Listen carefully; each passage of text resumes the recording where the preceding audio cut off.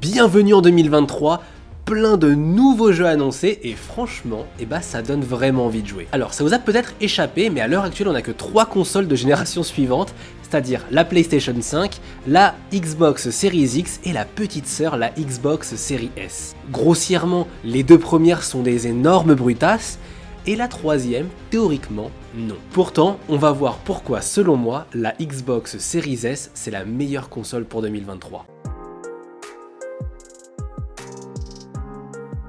On va commencer par la présenter. La Xbox Series S, elle est petite, elle est légère, et elle a cet énorme avantage de pouvoir se glisser subtilement dans un meuble de salon et ne pas se faire remarquer, ce qui est un énorme avantage.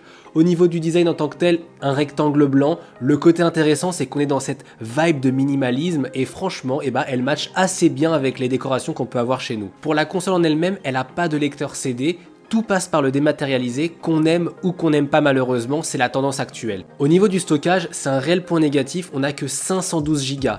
À cela, faut leur retirer tous ceux pour le système, ce qui fait qu'en pratique, on a moins que ça. Moi je sais qu'à titre personnel, j'ai toujours 3 jeux qui sont installés parce que je vais y rejouer, et le reste de la place, j'ajoute et je retire en fonction de ce dont j'ai besoin. Donc prévoyez d'avoir une bonne connexion internet, si vous l'avez pas, ça peut être un point qui va vous impacter. Au niveau des performances, parce que c'est le plus important, il y a beaucoup de personnes qui considèrent que la Xbox Series S, elle n'est pas de génération suivante, que c'est une console qui a des graphismes moindres et qu'elle n'est pas terrible. Ces gens, ils ont tort. Alors non, la Xbox Series S, elle sort pas nativement de la 4K comme la PS5 ou la Xbox Series X, c'est vrai.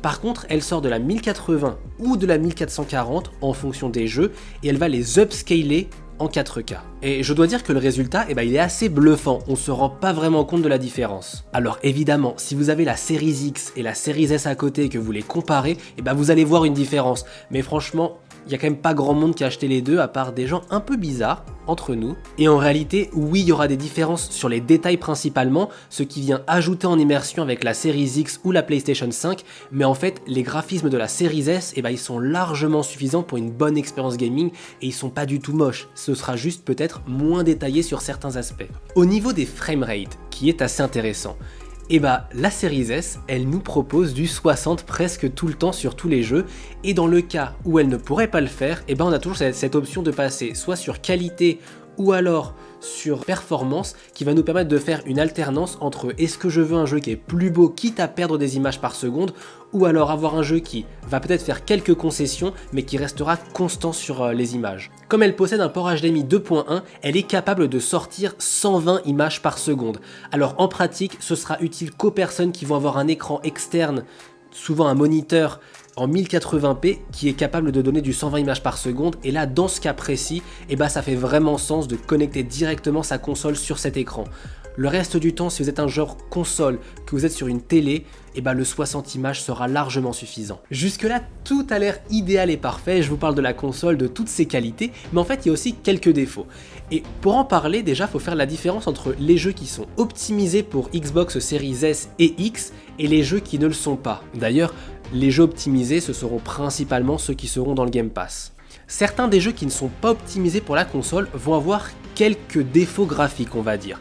Imaginons que vous ayez un jeu à la 3e personne et que vous marchez avec le décor autour, votre personnage il sera très détaillé, ce que vous ciblez, que ce soit un adversaire ou du décor, mais qui est ciblé par votre personnage, ce sera détaillé, et vous pourrez voir que plus on s'éloigne du personnage, plus les graphismes vont être, disons, approximatifs. Des textures très lisses, une grosse perte sur les détails, on se rend vraiment compte dans certaines situations que la console fait des économies à ce niveau-là. Maintenant, est-ce que ça, c'est vraiment un problème ? Moi je trouve que non, je trouve que c'est un excellent choix qui a été fait, et parce que dans certains jeux qui sont pas optimisés, je préfère largement que mon personnage et l'action que je suis en train de faire elle soit propre plutôt que le décor au loin, une montagne, le sol ou des trucs qui sont pas impactants dans l'action directe. En réalité, ce défaut il disparaît pendant qu'on est en train de jouer au jeu, on s'en rend même plus compte, mis à part cas exceptionnel, mais ça arrive très rarement. Je veux dire, en comparaison, il y a des gens qui se font Breath of the Wild sur une Switch qui tourne à 30 images par seconde, qui a des graphismes dégueulasses et ils sont pas là à vomir avec les yeux. Donc vraiment, l'expérience sur Xbox Series S, elle est très bien.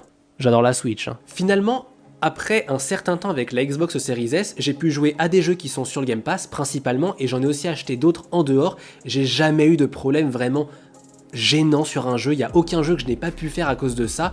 C'est arrivé à certains moments dans des scènes très spécifiques d'avoir peut-être des détails que je remarquais être un peu moins bons, mais c'est vraiment anecdotique et ça va absolument pas nuire à l'expérience sur le jeu. Et puis en plus, les jeux qui sont optimisés pour la console, ils tournent magnifiquement bien, donc franchement...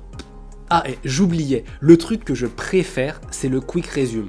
Ceux qui l'ont pas encore essayé, ils savent pas vraiment de quoi on veut parler, mais t'es sur un jeu, tu le retires pour aller dans le menu ou sur un autre jeu et tu peux reprendre instantanément sans aucun temps de chargement. C'est juste magique, c'est incroyable, c'est un vrai plaisir. J'aimerais tellement l'avoir sur PC. Maintenant qu'on a sorti les pseudo-défauts de la console, parce qu'on s'est rendu compte que oui c'était des concessions mais c'était pas du tout impactant, et ben on va voir ses réelles qualités. Alors déjà, le point le plus important, celui qui a vraiment une conversation autour de cette console, c'est le prix. Parce que oui, la Xbox Series S, elle coûte moins de la moitié du prix de la grande sœur. Officiellement, Microsoft la vend autour des 300 €. En pratique, on va la trouver le plus souvent autour des 260 et elle est assez souvent en promotion autour des 240, ce qui fait que à ce prix-là, c'est quand même sacrément agressif. Et j'ai même pas encore parlé des versions reconditionnées, on parlera pas de l'occasion, on ne parle jamais de l'occasion ici, mais en reconditionné, on peut la trouver entre 180 et 230 €, ça va dépendre et des revendeurs et des défauts que la console pourrait avoir. Encore une fois, comme à chaque fois, moi je recommande vraiment de passer par un site avec lequel vous avez confiance. Moi c'est Amazon par exemple, la mienne je l'ai acheté là-bas en reconditionné et je n'ai eu aucun problème. Au moins en cas de problème, on sait qu'on a un service après-vente qui vient compenser ça et on a une garantie. Finalement, on parle d'une console next-gen qui fait absolument tourner tous les jeux en très bonne qualité avec une 4K qui est très jolie et qui coûte aux alentours de 240 €. C'est quand même très agressif. C'est presque grossier. Et bah c'est pas fini. Vous le voyez venir, ceux qui connaissent s'y attendaient, mais on va parler maintenant de l'atout principal de cette console, c'est le Xbox Game Pass. Pour 10 à 15 € par mois si on veut la version Ultimate, et ben on a accès à un catalogue de jeux qui est juste phénoménal. Il est immense, il y a de tout à l'intérieur, principalement des FPS, faut pas se le cacher. Et en prime, Microsoft il va très fort parce que on a plein d'annonces pour des jeux qui vont sortir sur le Game Pass au moment de leur sortie directement. Je veux dire, incroyable, 2023 promet d'être une très grosse année à ce niveau-là. Si Microsoft tient ses promesses, 2023 va être une super année avec énormément de gros titres arrivant directement sur le Game Pass pour un tarif du coup qui est vraiment très faible. À titre de comparaison, si on veut acheter un jeu directement, on est autour entre 60 et 80 €, et là donc pour 10 € par mois, on a déjà accès à ce jeu ainsi qu'à d'autres, c'est quand même très agressif. Finalement, la seule véritable limite, c'est le temps que vous aurez pour jouer à tous ces jeux. La Xbox Series S, c'est la meilleure console. Mais pour qui en réalité? Déjà pour ceux qui veulent une expérience de jeu salon à prix assez raisonnable, surtout avec les promotions ultra sales qu'on se prend depuis quelques mois, et même pas besoin de dire que c'est une console pour les casus, je pense que c'est la meilleure console pour les gens qui sont vraiment sur la partie gameplay principalement et qui sont pas là à se toucher sur des décors au loin qu'on remarque même pas quand on est en train de jouer. Pareil pour ceux qui ont déjà une PS5 mais qui voudraient aussi avoir accès au catalogue de la Xbox, et bah voilà, on a le Game Pass sur la Series S, on a toutes les exclus sur la PS5, c'est un duo incroyable, c'est parfait, foncez. Et en dernier, il y a la catégorie des personnes qui, normalement, se seraient dirigées vers un PC de gamer, mais qui se rendent compte que finalement, juste prendre une Xbox Series S, c'est largement suffisant.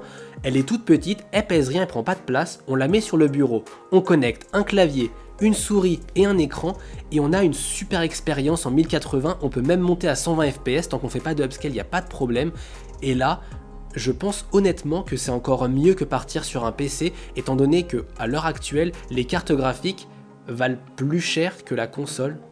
Voilà. Disons que à performance équivalente, faut mettre le double voire le triple si on va se faire sa propre config. C'est vraiment à prendre en considération. Alors bien sûr, si on fait son propre PC, on a aussi accès à plein d'autres choses, que ce soit les programmes, les applications, mais pour du gaming pur et simple, je pense que la Series S est plus intéressante à l'heure actuelle. Finalement, je pense que ça va vraiment être l'année de la Xbox Series S pour plusieurs raisons. Déjà, on a plein de sorties qui vont arriver le jour de la sortie sur le Game Pass. Ça, c'est un énorme plus. Ensuite, les tarifs des cartes graphiques ont pas l'air de vouloir baisser, et il y a même certaines personnes qui spéculent sur le fait que ça va remonter, ce qui fait que les tarifs très agressifs de la console la rendent ultra compétitive. Voilà pourquoi je la recommande comme la meilleure console de 2023, parce que si on prend le Game Pass Ultimate, il y a moyen de faire énormément d'économies. On a à la fois une Switch entre guillemets quand on va prendre un téléphone avec une manette, on a une console next-gen comme la Series X ou un PC gamer, et le tout pour un tarif qui est juste ridicule. Enfin, c'est une tuerie, c'est juste une tuerie en fait, y a pas à dire, c'est ma console préférée. Voilà, c'était Thomas, j'espère que ça vous a plu et je vous dis à la prochaine, allez bye.